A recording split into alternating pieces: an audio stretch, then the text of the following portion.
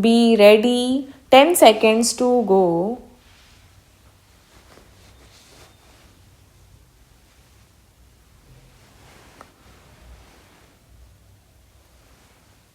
Start. Sir, the emphasis is on the public sector, which the Prime Minister described as a core of the industrial sector as well as of the plan. It was said that the public sector was being decried. The budget speech and the policies formulated establish that the public sector is the commanding height of the economy for us. In order to achieve that position, the public sector is being reinforced in many ways in the economy. In first 3 years of the 7th plan, a record 63% of the total 7th plan outlay in real terms has been provided. If you compare with the earlier 6th plan, it was 45%. This is in real terms and not in financial terms. This is an important aspect. This is despite the fact that there is an enormous compulsion of the increase in the non plan expenditure. The three sectors, the defense expenditure, the large mounting interest payments, and the compulsory subsidies which provide to maintain the public distribution system or the rural sector or the fertilizers mainly account for 70% of the total non-plan expenditure. It will be 67% in the current year. It will be 70% of the total non-plan expenditure in 1997-98. Therefore, despite all these mounting figures, the credit goes to the sound policies of good management, fiscal management of the government that they have been able to maintain a movement of the outlay in the public sector to 63%, which is a record at all times. In the public sector, industrial sector, the emphasis will be on modernization, accountability through better management, increasing productivity, and several other measures.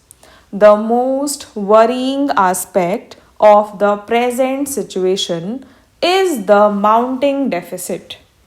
The Prime Minister has said that he doesn't like it and he has, in a very unusual manner, given a commitment to the House, to the country, that the plan deficit envisaged in the budget proposals will not be increased.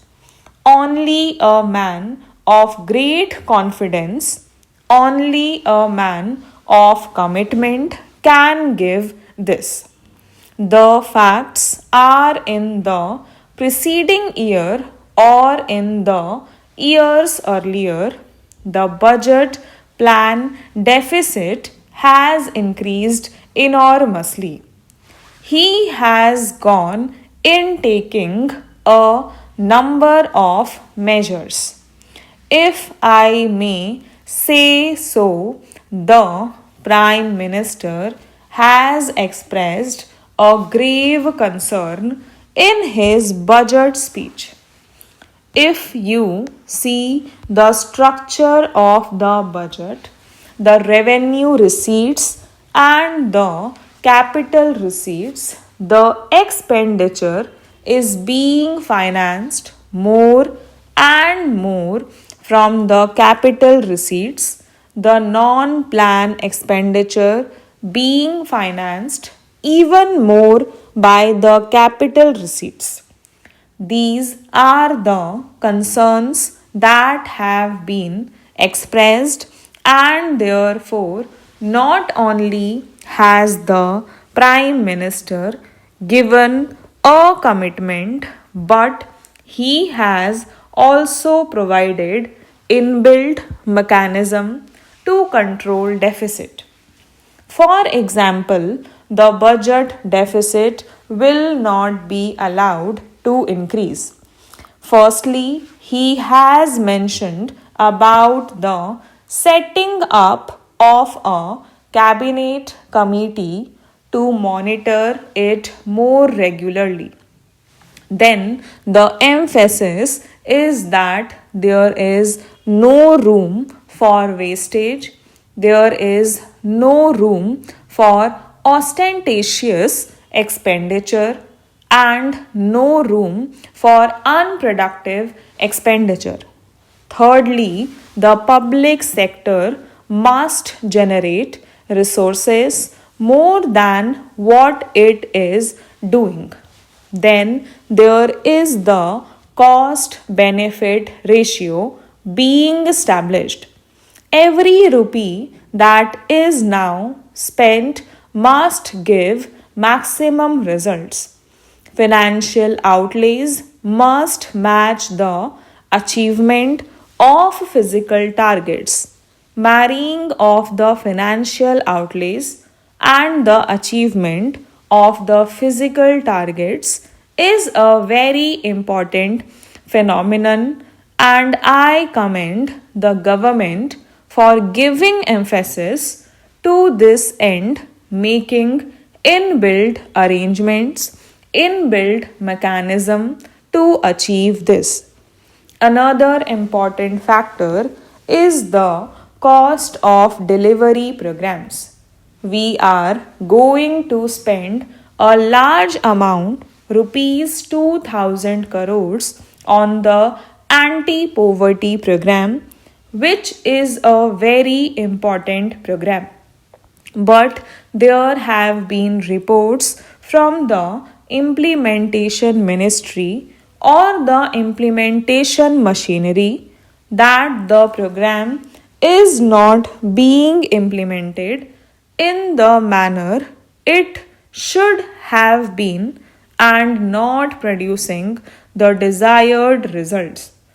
It is therefore very important that the cost of delivery of these programs is reduced and we are able to produce better results and we are able to achieve our ultimate aim.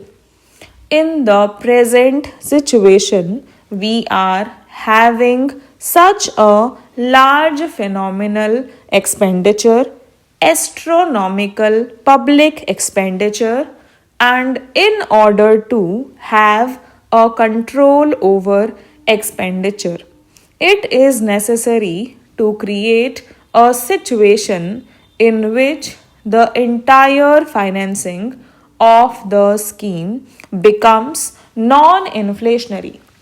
It is very important to control the expenditure. It is also important to see that for every rupee spent, we are able to produce maximum benefit. Another innovation has been the introduction of quarterly budgeting.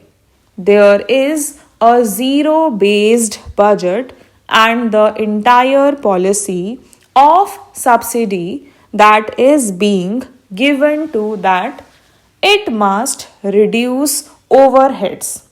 For that, it is necessary that there is a mechanism of quarterly budgeting, and that has been introduced with a purpose, and it is not that a cut in expenditure on certain items here and there is going to help.